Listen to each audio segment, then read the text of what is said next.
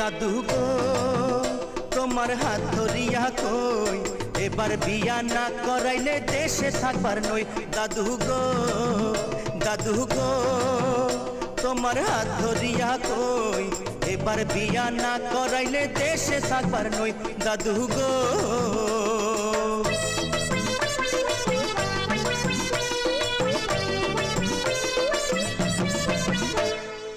৬২ খান কন্যা দেখলাম ঘুরিয়া ফিরিয়া, তবুও তুই শালার নাতি করলি না রে বিয়া নাতি রে।